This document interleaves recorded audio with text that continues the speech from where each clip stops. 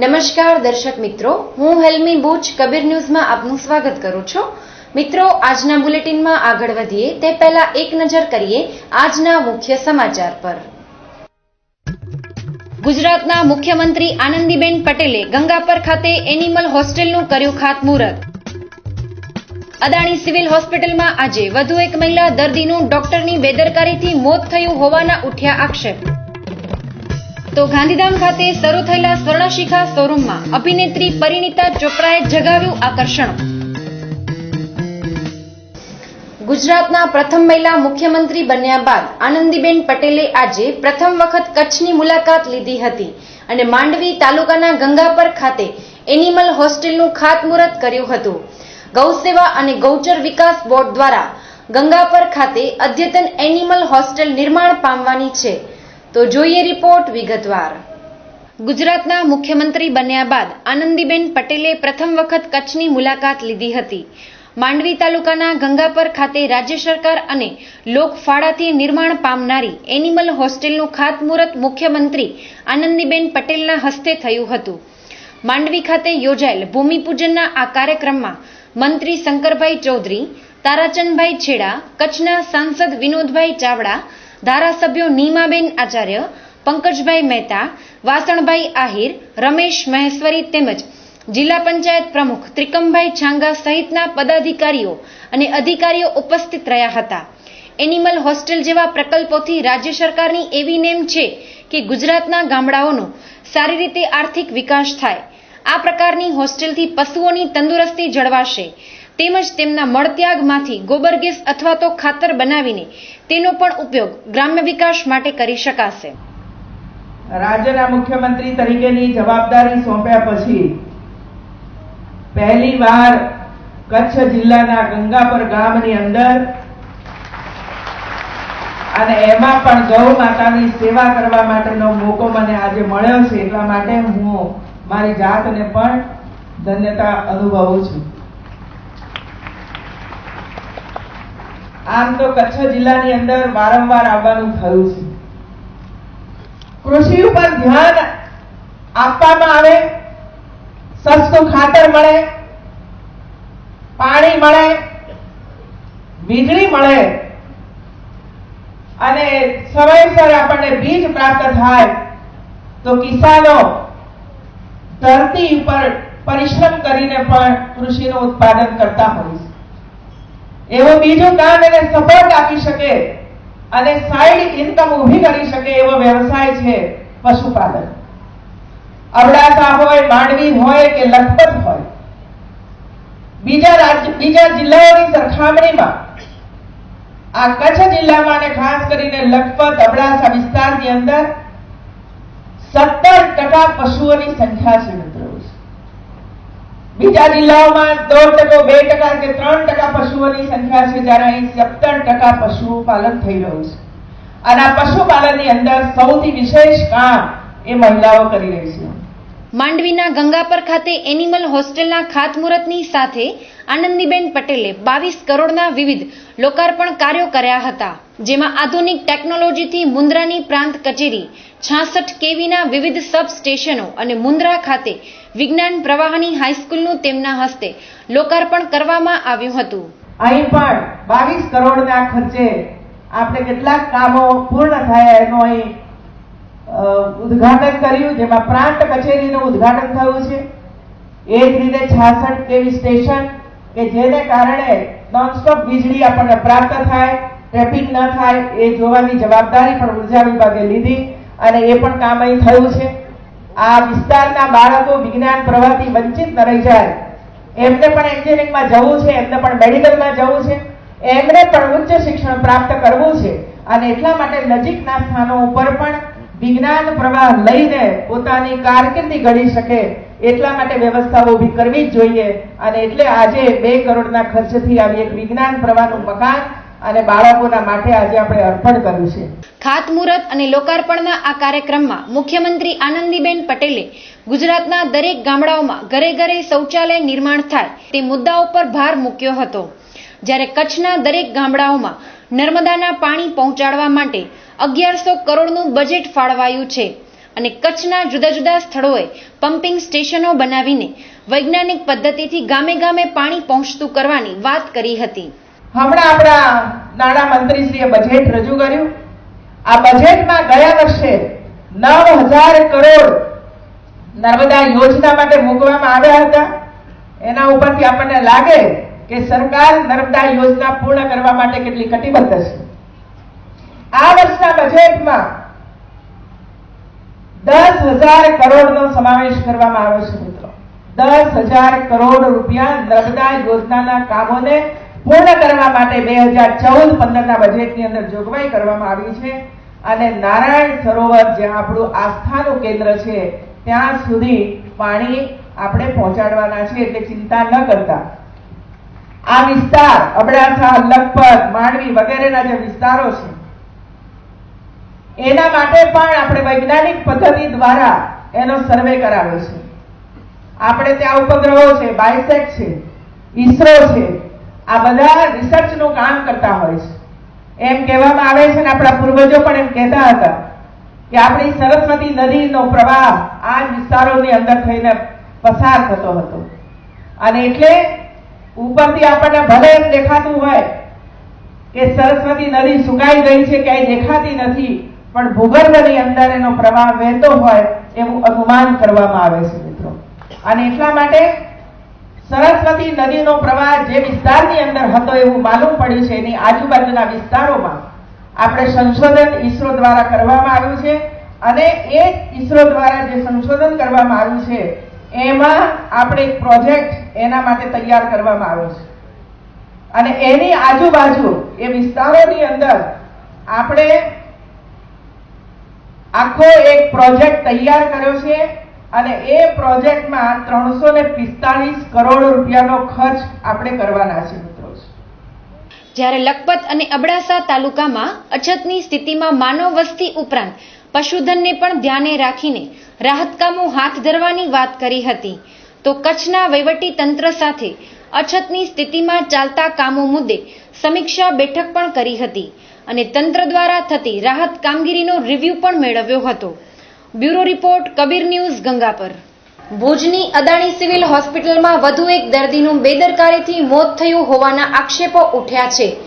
કચ્છના છેવાડેથી પ્રસૂતિ માટે આવેલી મહિલાની ઓપરેશનથી ડિલિવરી કર્યા બાદ ગત રાત્રે અસહ્ય દુખાવો ઉપડ્યો હતો અને હોસ્પિટલમાં કોઈએ દાદ ન સાંભળતા વહેલી સવારે તેનું મોત નીપજ્યું હતું.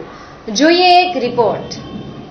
ભુજની ખાનગી સિવિલ હોસ્પિટલમાં આજે વહેલી સવારે ડોક્ટરોની બેદરકારીને પગલે એક પરિણીતાનું મોત થયું હતું.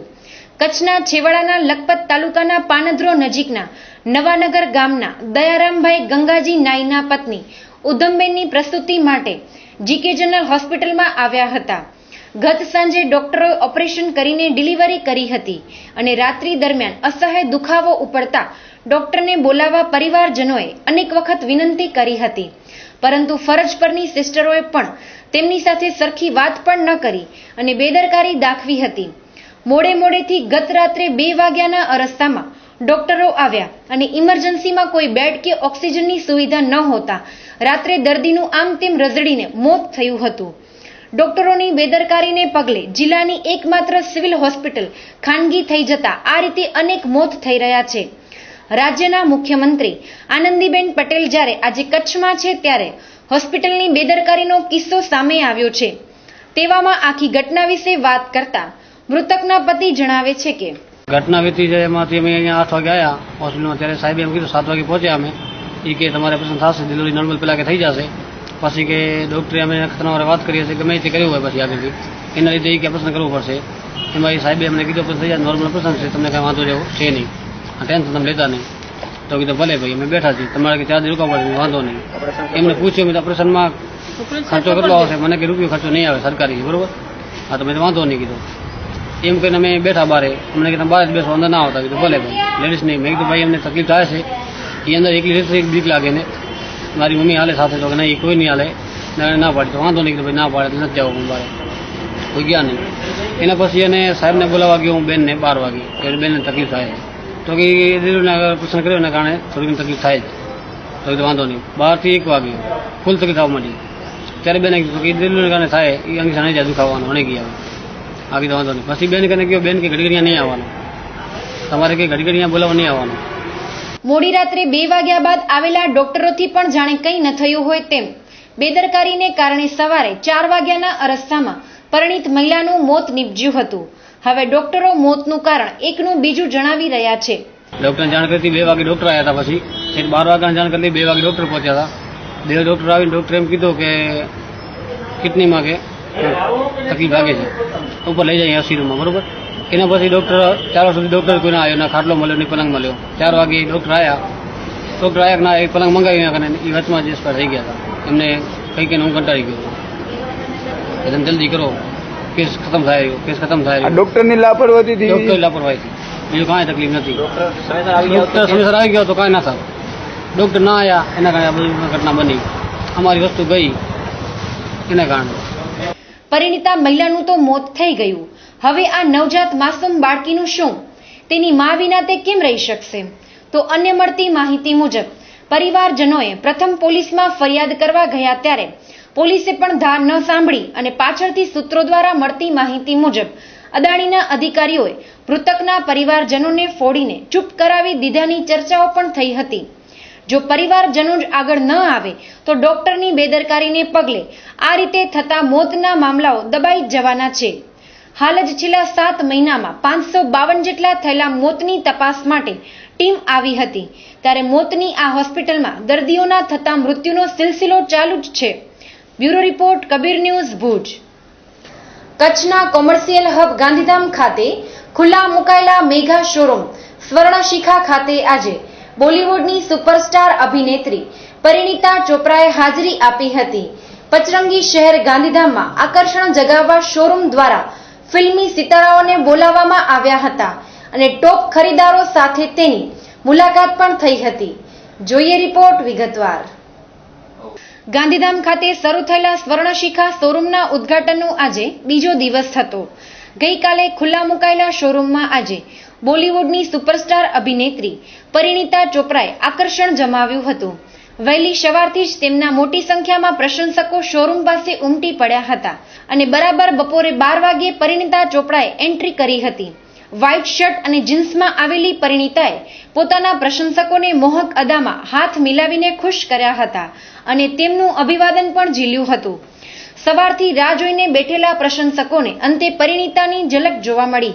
તે આવ્યા બાદ સ્વર્ણશિખા શોરૂમમાં જ્વેલરીની અવનવી આઇટમોનું નિરીક્ષણ કર્યું હતું. શોરૂમની મુલાકાત બાદ ખાનગી રિસોર્ટ હોટેલમાં પરિણીતાએ થોડો સમય રોકાણ કર્યું હતું અને શોરૂમમાં જે રીતે સ્કીમ રાખવામાં આવી હતી તે મુજબ ટોપ ખરીદદારો સાથે વાતચીત કરી હતી અને તેમની સાથે ફોટોગ્રાફ્સ પણ પડાવ્યા હતા. આમ ગાંધીધામ ખાતેના સ્વર્ણશિખા શોરૂમમાં બોલિવૂડની સ્ટાર અભિનેત્રી પરિણીતા ચોપરાએ આકર્ષણ જમાવ્યું હતું. Bureau report, Kabir news, Gandhidham. ટૂંક સમયમાં જ કેન્દ્ર સરકારનું રેલવે બજેટ રજૂ થવા જઈ રહ્યું છે. ત્યારે તેને લઈને કચ્છને પણ અનેક આશાઓ અપેક્ષાઓ છે. તો કચ્છના કયા મુદ્દાઓ રેલવે બજેટને સ્પર્શે છે તે માટે જોઈએ આ રિપોર્ટ. આ મહિનામાં કેન્દ્ર સરકાર દ્વારા રેલવે બજેટ બહાર પડવાનું છે.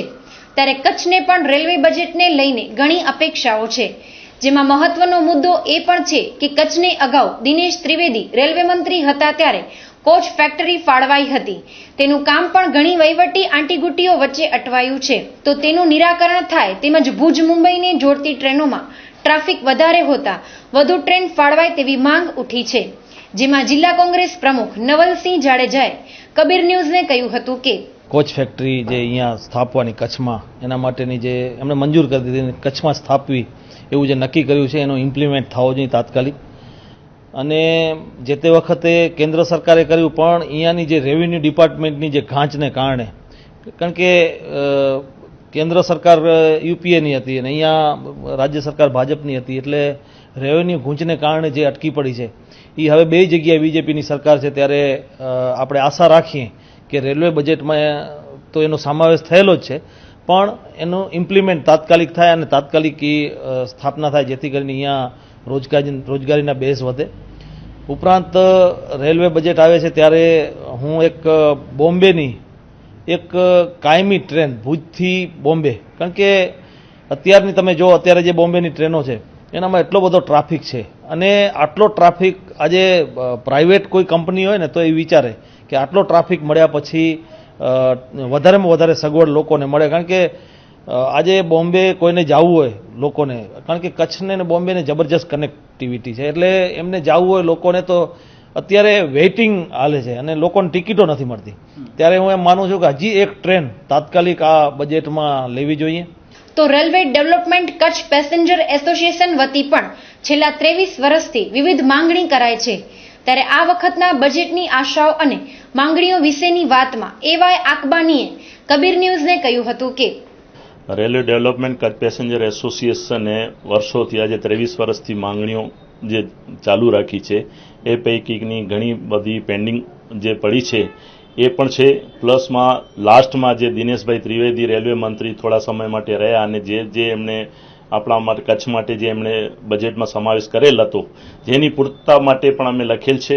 પ્લસમાં રેલવેના નિયમો જે તત્કાલના નિયમો છે, આરએસસીના નિયમો છે એ સુધારવાના, એ કચ્છની કોચ ફેક્ટરી માટે પણ અમારી માંગણી રહી છે, ભુજ સુરત ઇન્ટરસિટીની માંગણી રહી છે, જે બધા ફૂલફિલ કરવા માટેની અમારી માંગણીઓ છે. પ્લસમાં ARM ગાંધીધામ જે બેસે છે જેનો પૂરો રેલવેનો ઇન્ફ્રાસ્ટ્રક્ચર જે ગાંધીધામ મધ્ય છે જે ભુજ મધ્ય લાવવાના પણ અમારા પ્રયત્નો રહેલ છે. ભુજ નલિયા લાઇનનો પણ અમારે લાવવાની છે, જેના થકી ભુજ ઘણી બધી ગાડીઓ લાવી શકીએ, ગાંધીધામ આવતી તમામ ગાડીઓને ભુજ સુધી લાવી શકીએ તે માટે પીટ લાઇનની જોગવાઈઓ કરવા માટે પણ લખેલ છે. આવું બધે અમારા જે પ્રશ્નો છે ભુજ અને એન્ટાયર કચ્છ માટે, એન્ટાયર કચ્છની જે માંગણી છે રેલવેની, માંડવી, મુન્દ્રા અને ખાવડા સુધીની લાઈનો જો પડે, કચ્છનો વિકાસ થઈ શકે એના માટે અમારી માંગણીઓ રહી છે અને બજેટમાં સમાવેશ થાય એના માટે નવા રેલવે મંત્રી સદાનંદ ગૌડા સાહેબને અમે લખેલ છે.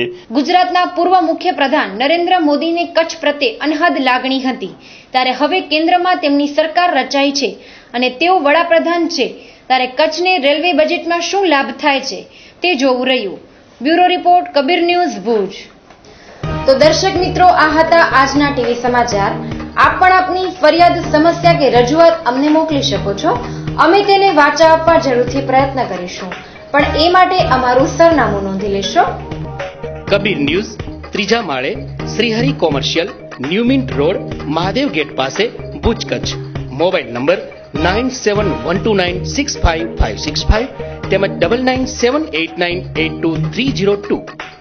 તો દર્શક મિત્રો, આજે બસ આટલું જ. સોમવારે ફરીથી મળીશું આ જ સમય આ ચેનલ પર. ત્યાં સુધી રજા આપશો. નમસ્કાર.